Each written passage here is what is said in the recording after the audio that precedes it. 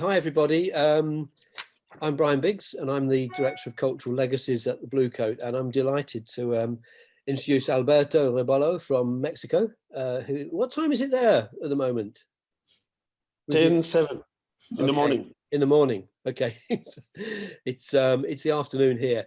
We're going to have a conversation now about, we've been dying to do this for a long time. I'm going to introduce Helen Tookey in a minute. We're both very involved, obviously, in the Lowry Lounge that we organise here in Liverpool. Helen, would you like to just say a bit about your involvement, and then we'll introduce Alberto? Yeah, definitely. So hi everybody, I'm Helen Tookey. I'm based in Liverpool.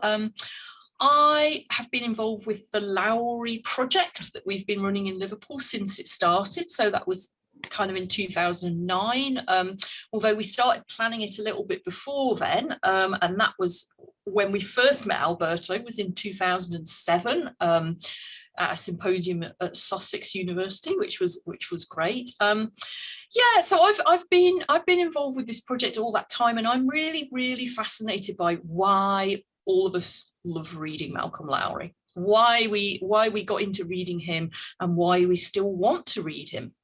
I'm trying to write a kind of personal narrative at the minute about why I think reading Lowry matters to me. And so I'm just really interested to hear from Alberto about why reading Lowry matters to him, and you know, still matters, and why he thinks he matters to so many people today. So yeah, I guess that's me, Brian. Right. Thanks, Helen. And as Helen says, we did meet Alberto a long time ago in Sussex, and there's a great image of him pouring mezcal over Lowry's gravestone, which has sort of lingered with us, and it's so great that we can now have a conversation with him. Alberto is from the Fundación Malcolm Lowry in Cuernavaca, and he organises the colloquium there each year, and we're going to talk a bit about that in a minute. He's in the middle of, well, like he's just finished writing a novel with Lowry at its heart, so we're going to hear a bit about that as well. So I think we should go straight into it. And I think am I going to do the first question, Helen? Yeah. I'm doing the first question. Over yeah. to you. Okay, brilliant.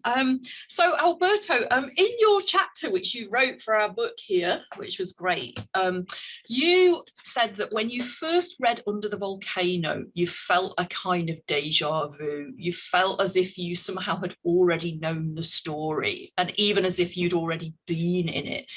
So do you want to just tell us a little bit about how your interest in Lowry got started, and when did you first encounter his writing, and where?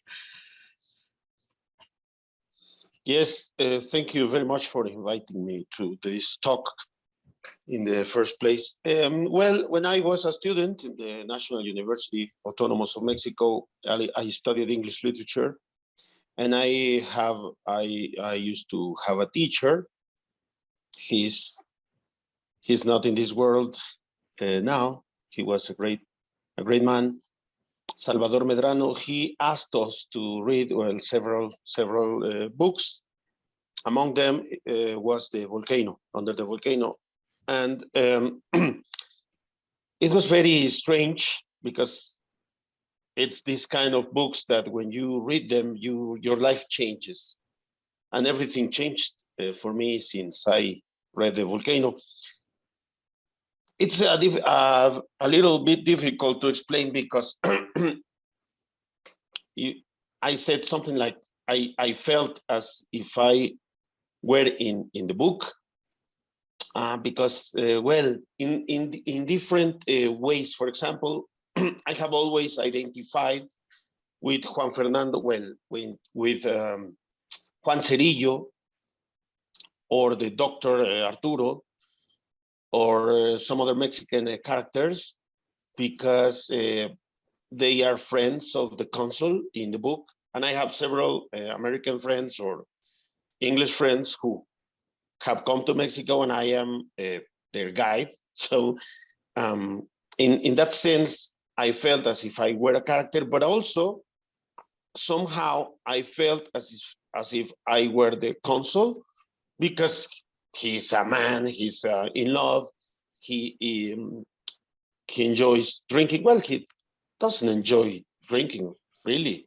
but but he drinks a lot. Well, he's in love with mezcal also, with the cantinas, with some Mexican environment. With Cuernavaca, I love Cuernavaca. I go to Cuernavaca every weekend, not every weekend, but every time I can. And I don't know, the consul was betrayed by his woman. And well, many things in the book I have felt, no, and I felt I don't know how to explain. We were discussing in the classroom. It was very nice to remember how we were discussing, and I remember a friend of mine saying Yvonne was with the French, with Laurel, and I said, really? Where does it say that? Because I can't find it. And we were discussing a lot because the environment says many things that words doesn't say clearly, no? Other characters doesn't say clearly, but the feeling that you have is very clear, that he's very sad, that he feels betrayed, that he feels alone. And I don't know, I think that many of us should feel something like that, no? Identify with the characters, and also with Hugh, who is younger. I think he was like my age when I read the book. He liked to play the guitar. I like it to play the guitar, to sing along. And I don't know, there are many things in the book that I feel identified with it. So as when I read it or started reading it, I felt as if I already knew what was going to happen. No? And I don't know, more or less like that.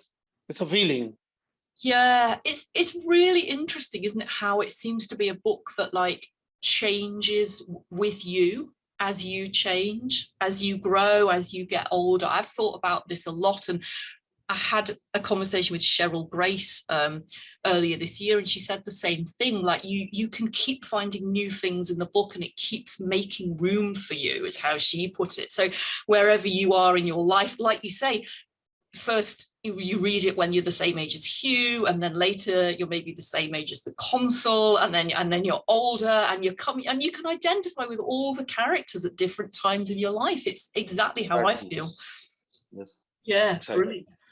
We're going to, Alberto, we're going to talk about why that affinity with Mexico, why the Mexicans so are interested in Lowry as a writer from outside. But before we do that, can we talk about the colloquium that you I think you set it up, but perhaps you say a bit about how it was founded. It's certainly older than the Lowry Lounge. We've been going for, I think, about 12 years, but you've been going for even longer. Could you tell us about how it was set up, who's involved, and just a bit about what is it you do? Yes, it's a very interesting story, I think.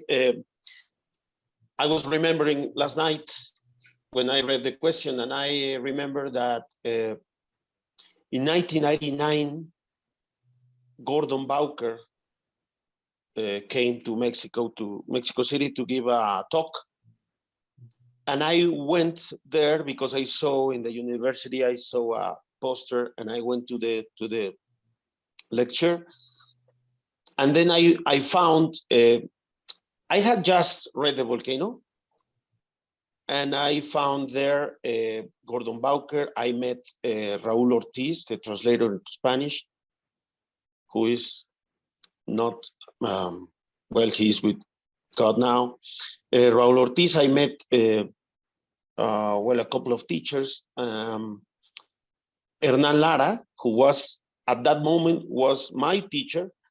And at the end of the event, I went to him and I told Hernan Lara, why don't we make something like this with some other scholars from Mexico and some other parts of the world?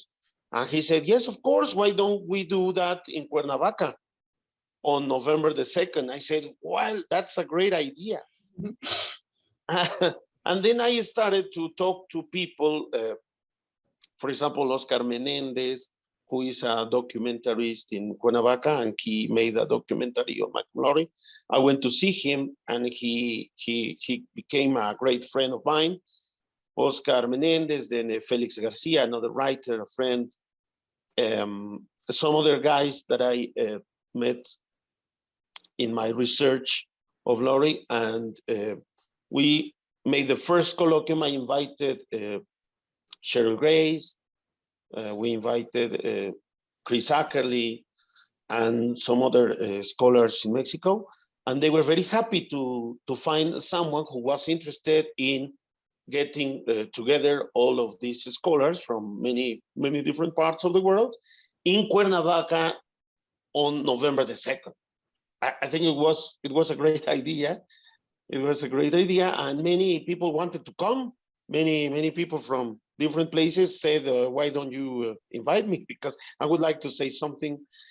We have made a couple of books also with the participations of all these scholars and friends who have come to this colloquium. We call a colloquium.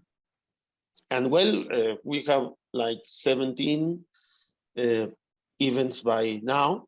This year won't happen because some of our friends are in a complicated situation with health problems. No, they're having health problems, some of us. And so this year we didn't have the opportunity, but we have the 2 years ago, in 2020, we made a virtual in Zoom platform. We made a colloquium, and it was fantastic. 3 days, many people speaking, hours and hours. It was unbelievable because I thought it was going to be harder, but no, it was different. It was very easy. Everybody was very happy. The platform worked very well, and so we had 3 days of talks, and I think it was very fine to see everybody again together. Yeah, it was great, wasn't it? Because I was able to be involved in that because it was virtual, and yes, of course, a few other people from Liverpool involved in the lounge were involved. So it was really great to do that. I wanted to ask you, it was obviously important that you staged this in Cuernavaca itself, and I wanted to ask you, in a sense, how does the colloquium relate to the town? Because obviously it's changed enormously since Lowry's day, but what is we have a sort of relationship in Liverpool that we're trying to develop around Lowry's specific sense of Merseyside. And is that why it's important that you do it in Cuernavaca? Yes, thank you. That's a very good question. Of course, Cuernavaca, the world has gone. No, Lowry's world is almost gone.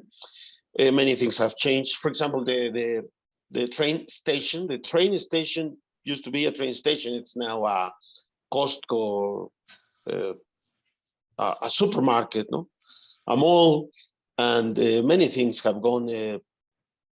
The Hotel Casino de la Selva, where the novel begins, is now another supermarket, etc. So the landscape has changed a lot, but some things still survive. No, for example, it's now called Hotel Bajo el Volcán. It was the Laurel's Tower. In fact, I wanted to make the first colloquium there in the Hotel Bajo el Volcán, Laurel's Tower, which is still alive. It's still on foot.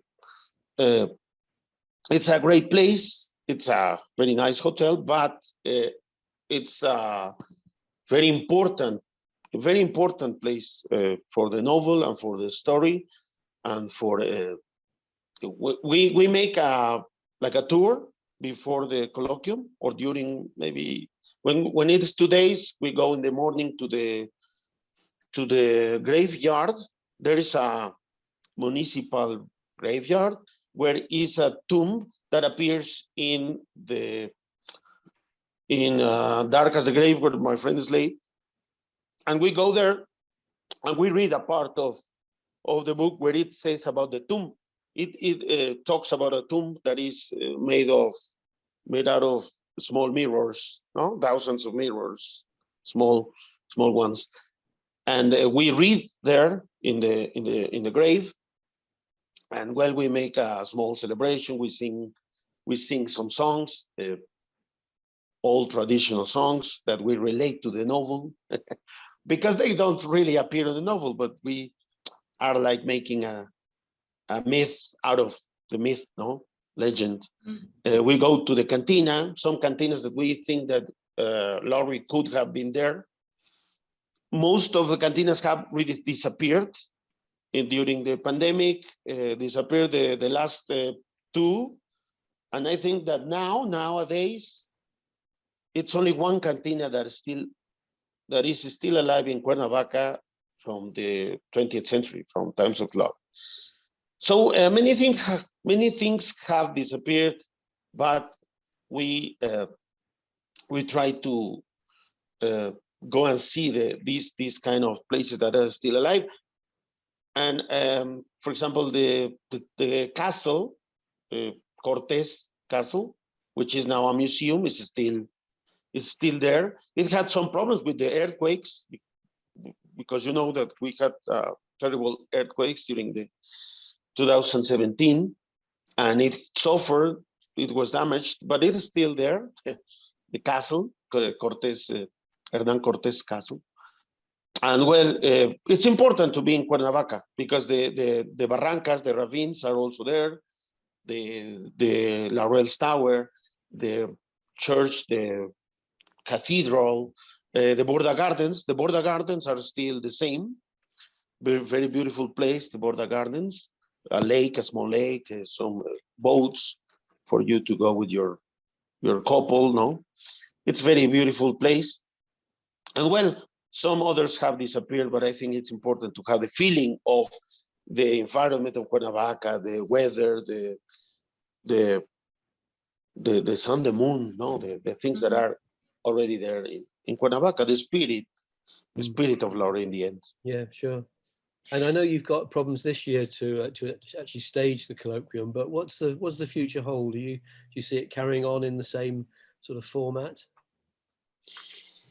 Yes, well, I think next year we're going to reborn with a big event in Cuernavaca, and we will invite many writers and many scholars from all over. We hope you can come. It would be great to do a sort of a dual one, wouldn't it? At the same time, we have do it over a live one between the two places. I mean, one of us would have to be up in the middle of the night probably doing it, but it would be great to connect the two cities.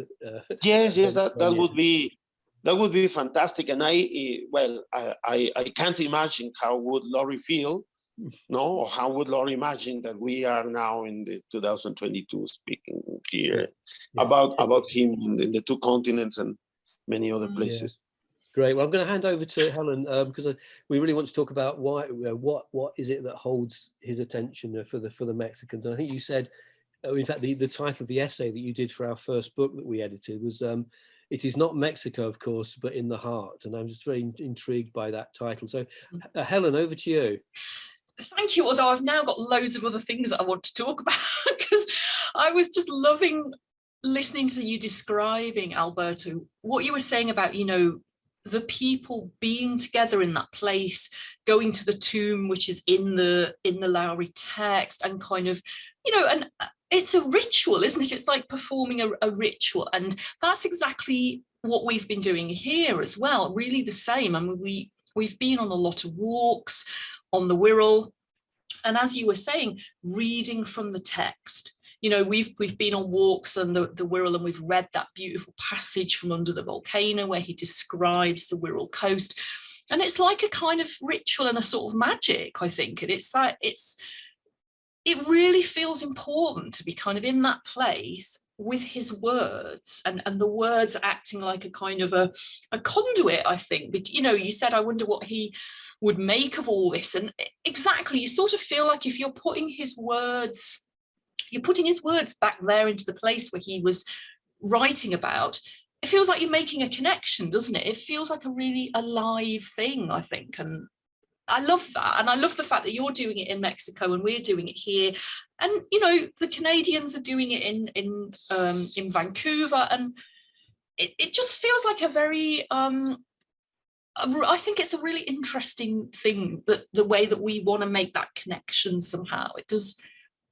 You know, I'm often thinking about this. What are we doing when we're taking these words out into the landscape and we're reading them? It's definitely a kind of it's a powerful thing, I think. It means a lot, I think, to a lot of people. And it would be nice to think of him having some way of accessing that feeling, I think. But anyway, so I really enjoyed what you were saying there. But yeah, so you wrote really interestingly in your chapter in the book, you know, you wrote about how you felt that Lowry had been able to capture something of Mexico in a way that perhaps possibly some other writers, you know, British writers or whatever, might not have captured that so well. And you said Lowry is able to convey the sadness intrinsic to Mexico and the strong influence of the past. I think it's a really, really interesting question, because it would be easy to see Lowry as a sort of British writer who goes and, you know, plonks himself in Mexico and sort of writes about Mexico from the point of view of a foreigner. But it doesn't feel like that. It does feel like he's got a kind of genuine sort of engagement with Mexico. And so I'm really interested in how you feel that works, and also what is Lowry's position in Mexico today? I mean, do many people in Mexico know Lowry's work? Do they read him? Is he a popular writer in Mexico? So all of that is a huge question, but well, to begin with, I will say that it happens that Under the Volcano is not just a novel. Under the Volcano is like a sacred text for many of us, no?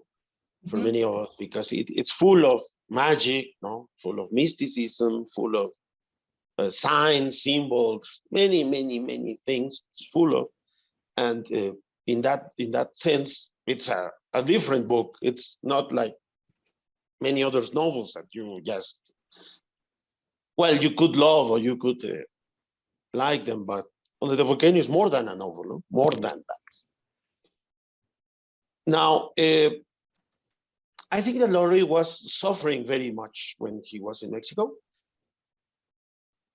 And then he didn't have the point of view of someone that is like superior or well in his life, well with the economy, his heart, his personal issues. So he was suffering so much that he could see the people in Mexico as they were, no, real people who are maybe suffering also, no. So that's an important thing, I think, because, for example, well, some other writers, I was thinking, for example, D.H. Lawrence, people here don't like him because they think he was racist or colonialist, no, you know, like superior. So people here don't like very much D.H. Lawrence books, at least The Plummet Serpent. But with Lowry is very different, no? It's not very popular. He's not very popular. Many people have heard about Malcolm Lowry because he's a legend. And many people say, oh, yes, a drunk guy who was in Cuernavaca.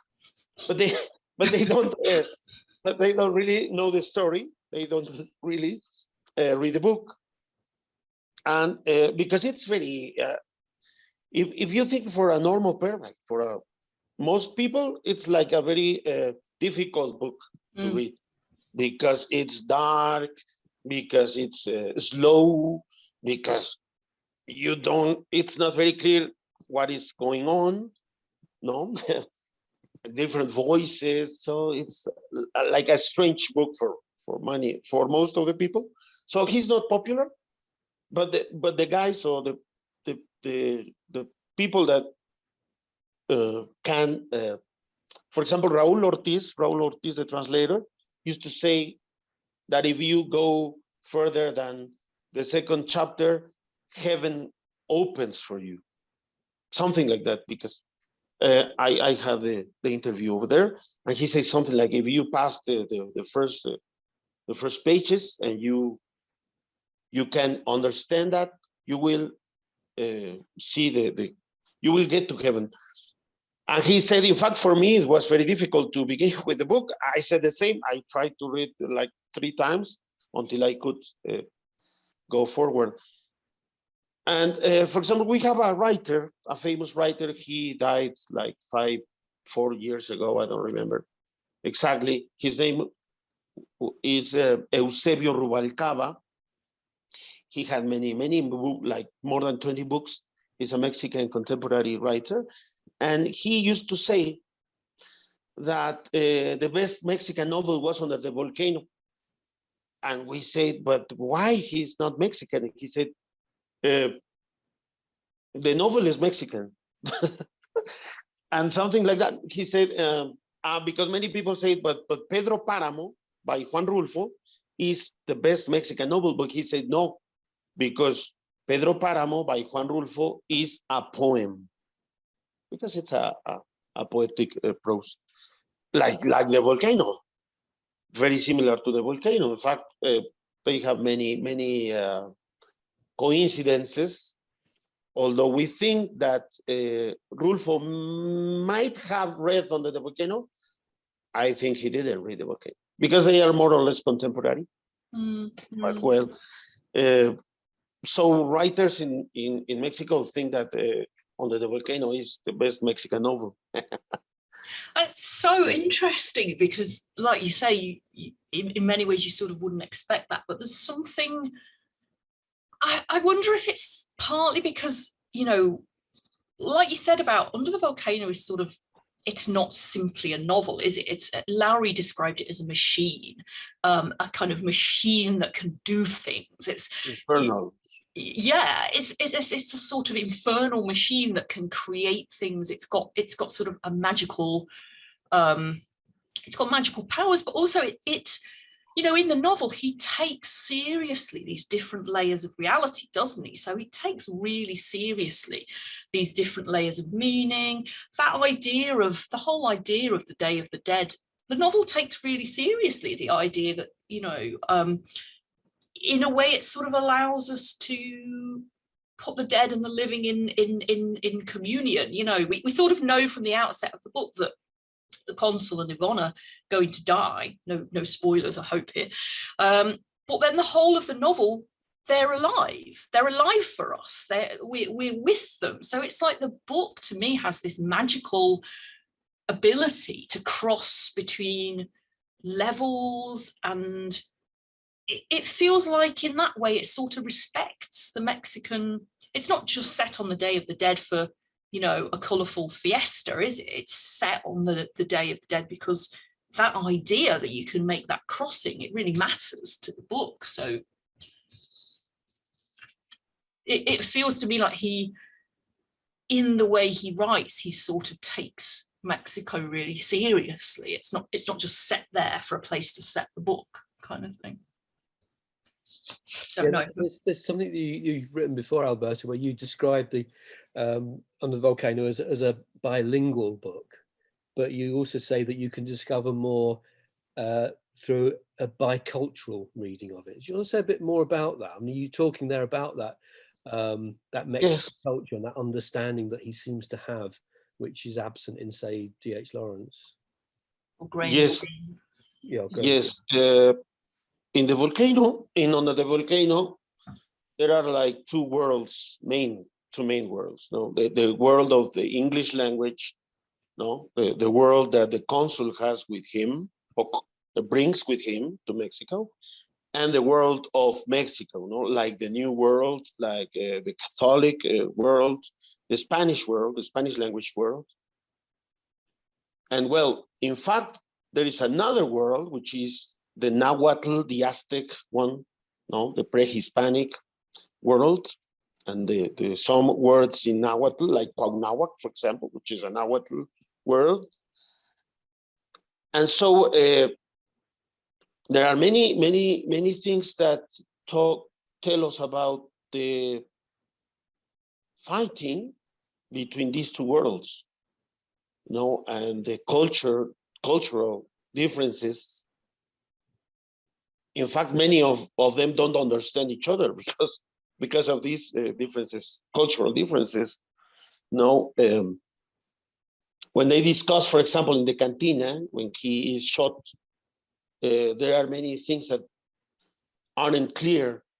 He is confused, for example, with a communist.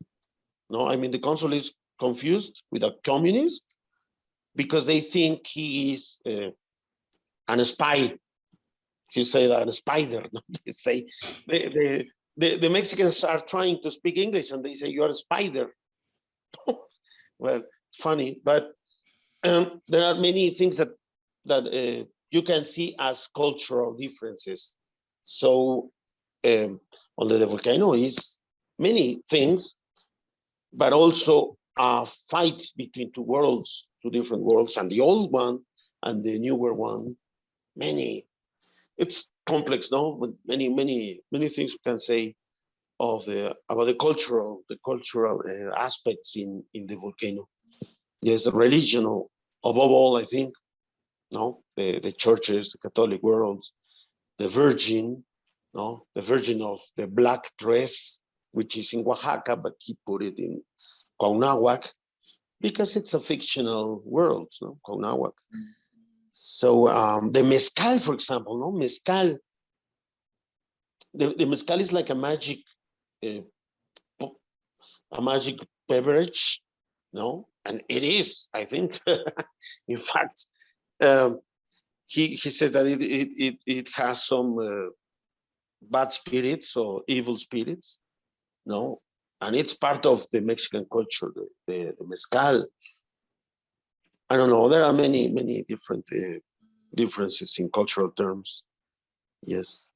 That makes me think about the consul as a character who he's able to occupy those different cultures at the same time, maybe, or I sort of what you were just saying then.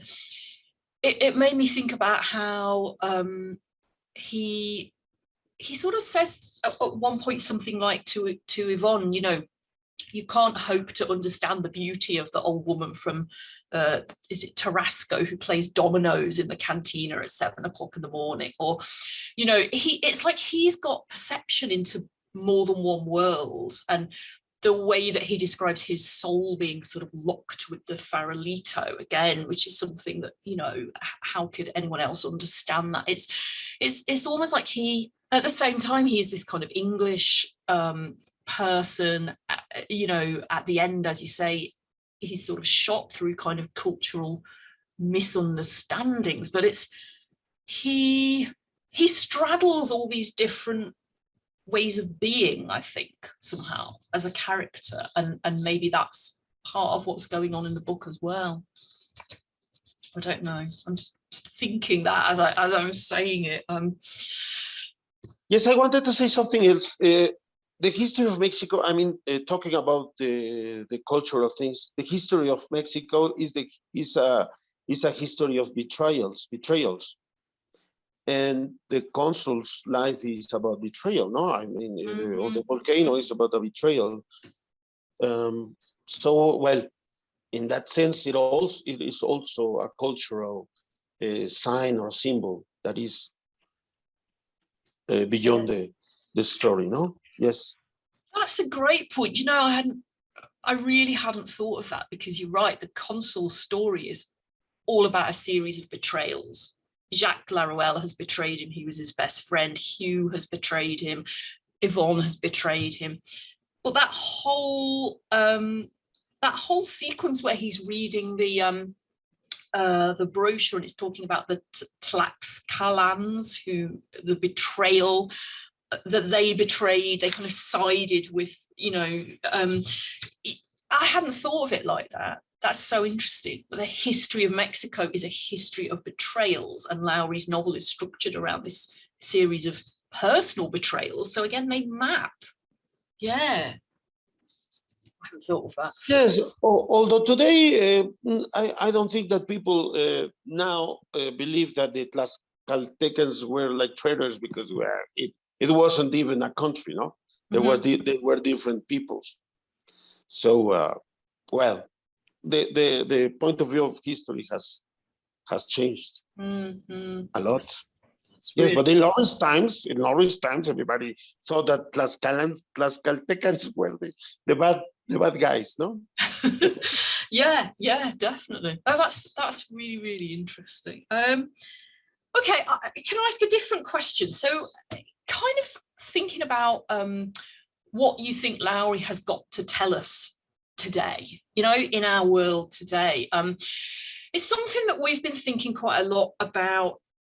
Not so much in relation to Under the Volcano, actually, but some of his later writing. So like Forest Path to the Spring, the stories that he wrote in Vancouver, you know, or on the Burrard Inlet after the Second World War, where he's really, really thinking about the natural world and the environment. And he's sort of thinking, you know, he's really worried about the way that human society is just destroying the environment. And you know, one of the things we've been sort of talking about quite a lot is this idea that he just seems so you know, really prescient in saying that in the 1940s, 1950s, and sort of look what's happening now. So it seems like that's maybe one thing that, you know, if we're thinking about why should we still read Lowry, there are loads of reasons, but just interested in what you think about why is Lowry still a writer that matters to us today. Yes. I think that the world has changed that much. No, we are now having a new war, no, and we see how the human being is the same. Yes, no. Russia is invading Ukraine, and in those times, well, Hitler was about to invade Poland, and in the volcano we have the message, which is a constant message saying, cuide, le gusta este jardín que es suyo, evite que sus hijos lo destruyan. That means if you like this garden, try your kids not to destroy it. And it's a message of taking care of the world, the garden, the world that we all are living in, no? And the future generations will live in. So in the end, the message is the same as John Lennon, another Liverpoolian, would say, no, all you need is love. Lowry says, no se puede vivir sin amar, which is a phrase from Fray Luis de Leon. He said, no se puede vivir sin amar, you cannot live without loving. All you need is love. Well, the message is the same. We have to be brothers, no? We have to take care of the world. We are, all humans are the same. And well, I think that is the last message, no, of the volcano, and I would say that. And well, I think the world hasn't changed that much, no? Yeah, definitely. Yeah, Bryan. I know, Alberto, you've been working on this novel, and we'd love to hear about it. I think you're going to give us a reading shortly, but can you just give us an introduction to it? And maybe Helen might want to come in, because she's also drafting or working on a piece of creative writing that is trying to bring together her personal interest in Lowry with an examination of his work. So tell us what brought you to start this novel. Yes, I have always wanted to write an original piece of work, but based on his life, on Lowry's life, because his life, if you know his life, it's a novel, right? his life is a novel. You just have to work and describe how it was, how things happened. I have, of course, changed some things. I have taken ideas from some other writers. I mean, some other writers that have come to Mexico as Americans or British. But I couldn't do it in the 30s, in the 20th century. So I brought it like closer, and I began in 1988, when many of the things that Lowry saw still were there. And my novel ends in 2001, when many of the things that Lowry saw were already disappeared or had already disappeared. My character is called Michael Owen. Michael Owen and Janet Traverno, his wife. They come by boat. They get to Acapulco, and Michael Owen starts drinking mezcal, so he goes mad. He went mad when he tries mezcal, because mezcal is a magical beverage. The name of the novel is Los Demonios del Mezcal, which is the demons of mezcal. And his life changes completely. No, he started writing some novels, and then he ends living in his own novel when he comes back in the year 2001 with his second wife. So, well, I don't know if you would like me to read a little bit of it. We would, but I should say, for those that are into football, Michael Owen played for Liverpool. There was a footballer called Michael Owen, played for Liverpool. Yes, he was a football player, and he's also a character in the H. Lawrence Plummet Serpent. Oh, okay. Owen. Yes, I know. He was a goal. He made some goals. Yes. On those coincidences, is there a chain store called Liverpool in Mexico? Or is that somewhere else? A chain of shops called Liverpool. Is it something? I'm sure yes. There are shops here called Liverpool. Yeah. It used to, the old name was the Port of Liverpool, but now it's only Liverpool. Okay. That's nice. What can you buy there? Many things, like it's a very big store. You can buy from a motorcycle to shoes. Okay. Yes, and sports clothes, many. It's a big store. Yes. Yeah. Yes. So Helen, have you got any other sort of comments or questions before we ask Alberto to read from his? No, not really. I'm just absolutely intrigued. I love the idea of bringing it closer in time, and so yeah, absolutely. No, I would just like to hear some from it. So go ahead, Alberto. Okay, over to you. Well, all right. Thank you very much. I will read my translation into English to this new novel, but I hope you like it. Well, it says something like this. Well, they in this chapter, in this part of the novel, Michael Owen and his second wife, Marjorie Traverno, they had the same last name, Janet and Marjorie. It's a coincidence that happens. They go to Oaxaca just to find that Juan Fernando is dead. And so it says, it was the saddest day of his life. His best friend Juan Fernando had died, and to top it off, in circumstances very similar to those he himself had described in his damned novel. It couldn't be possible. Once again, the hand of destiny was operating against him, and he did not understand why it was so cruel. His friend had lent him money. He had comforted him with his advice, and he had taken him to tour the mountains of Oaxaca in his old Volkswagen. His only friend, in fact, because by then, Paul Jones, David Lida, John Davenport had already died. Jacques had turned out to be a traitor. Alan had vanished. Arturo shunned him, his father and mother dead too.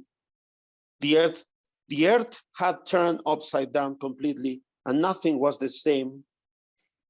It made him want to die, to finally rest from this infamous world that was no longer his, the one that he had known in his youth, and the one he had wasted by living, drinking, but not really living at all.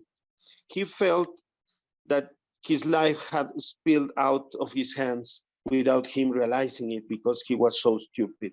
Where were his friends now? In heaven? In hell? Where were his parents? Who would look after him if something bad happened? He was abandoned. He really wanted to cry, to go to the Church of Solitude, to pray for his friend and ask for forgiveness once again. They headed straight there. They walked sobbing down Bustamante Street to the center, and from there taking Dependencia Street to La Soledad. They were devastated and knelt in front of the Virgin of the black dress, where they prayed and cried for a long time. Then they left and walked towards the Hotel Francia, passing by the Cantina, La Covadonga. You could hear the noise of the club and the laughter of the drunks, but neither Michael nor Marjorie felt any desire to drink. They just went to bed and slept, never wanting to wake up again. Poe's poem echoed in Michael's head. Oh God, can I not grasp them with a tighter clasp? Oh God, can I not save one from the pitiless wave? Is all that we see or seem but a dream within a dream? Chapter 26. Back in Cuernavaca, suddenly there appeared a famous little postman with bad news. Dear Michael, sadly, I have come to the conclusion that I won't be able to find an editor for Infernal Paradise. It has been rejected by the following publishing houses: Random House, Scribner's, Simon & Schuster's, Ferrar and Reinhardt, Hardcore Brace, Houghton Mifflin, Alfred Knopf, J.B. Lippincott, Little Brown, Dual Sloan and Pierce, Dial Press, Story Press. I'm very sorry for not having success on placing your manuscript, and I will keep it here waiting for your instructions. Sincerely, Harold Matson. 12 publishing houses had rejected the book. Michael felt so bad. He had so much faith in this book, and now all fell down into pieces. He started to feel that the last 10 or 12 years of literary work had been in vain, that he has spent his life foolishly, hours and hours of writing, correcting, polishing. All of that had only deserved a negative answer. He felt that Juan Fernando said to him, "You're still making more tragedies, aren't you?" Some music could be heard from the tower, because he was in the tower. Quisiera abrir lentamente mis venas. Quisiera abrir lentamente mis venas, mi sangre toda, verterla a tus pies, para poderte demostrar que más no puedo amar, y entonces morir después. And then his spirit broke down. He came downstairs to the kitchen, took a knife and put it on his left wrist. He felt the coldness of the steel and, breathing deeply, pierced with the tip. Blood spurted out like a font. He cried out and fell down in pain. "Oh, help, Maggie, please, help." He was howling. He couldn't stand the pain. Marjorie, who was in the pool, came down quickly to the kitchen and, seeing him hurt, promptly applied him a tourniquet and called Dr. Arturo Diaz. The doctor arrived in a few minutes. The wound was not so profound, so he healed him. He binded him up and put him to sleep with a strong dose of phenobarbital. Then he left with the promise to come back the next day. The guilty conscience stopped him from abandoning his friend. Chapter 27. Through the curtains that were ajar, the sun rays penetrated towards the bedroom of the tower, where Michael was still sleeping placidly. The sedative had made him give up completely, so that he had rested long like a baby. Marjorie had already gotten up, and she was busy in the kitchen preparing coffee, in the hope that her husband would wake up better. He was lying on his right side facing the window, while in front of his bed, on a rustic wooden bureau, a bottle of anise del mono lay half empty. It was a silent morning, and at times one or another little bird could be heard chirping in the trees of the garden. But something strange floated in the air. Suddenly, with a bang, the demon of anise del mono burst out of the bottle, flapping its wings strongly and magnified itself, flying noisily around the room. It made a couple of turns like a vulture circling its prey, landing gently on the edge of the bed between Michael and the window. He was a tall, strong, hairy old man, though bald, with sharp ears, small horns, a wispy bird, and a long tail. He flapped his huge bat wings and started moving his fingers as if he couldn't find the words, or as if he was planning something dirty, while he looked left and right. His thick hands were dark reddish color, his nail long and sharp. Michael was beginning to come to when the demon put his right hand on his head and said in a hollow voice, "Listen, my son, your novel will be successful, very successful, just as you asked me to." Those incompetent publishers didn't even understand where the beauty of your work lies. But do not worry. All you have to do is write a letter explaining the plot in detail, and I assure you that you will convince Random House and you will be world famous.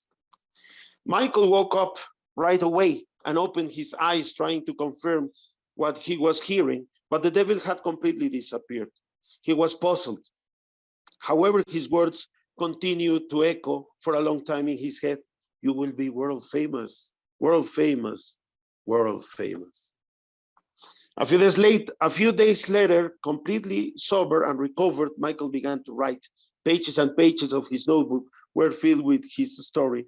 At times he could see the moon from his window and a transparent and beautiful sky. Suddenly he regained strength and continued explaining his novel.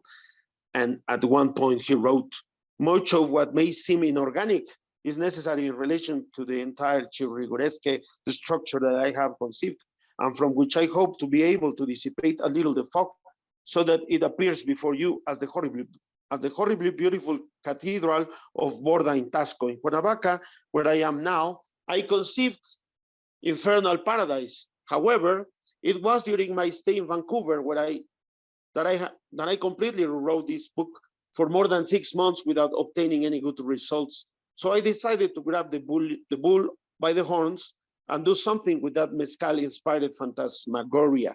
I worked for several more years, for 8 hours a day, until I finished this last version that I sent to you. As for the vultures, I would add that they are much more than cardboard birds. In this place, they are a reality. One of them, by the way, is looking at me from behind the tower window while I write this text, and his look is not at all pleasant. He paused and stared at the bloody vulture, and seeing the horrible animal in the eyes, that terrible poem by Poe about an ancient crow that enters your bedroom and begins to chatter diabolically came to mind.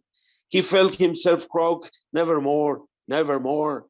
It seemed to him that this was much worse than that, but he did not write a poem, but a novel, although in reality, what he always wanted was to write a single worthwhile poem, just one. He would have exchanged his entire work for a poem made up of a few words, but more solid and more lasting than Kubla Khan's Palace, like Coleridge poem.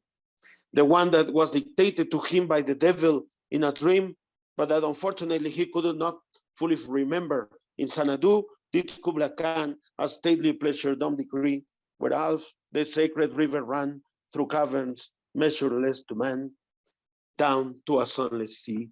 Suddenly he stopped writing and thought, So I'm living in Laurel's Tower. Of course, Nicaragua Street and Tierra del Fuego in my book.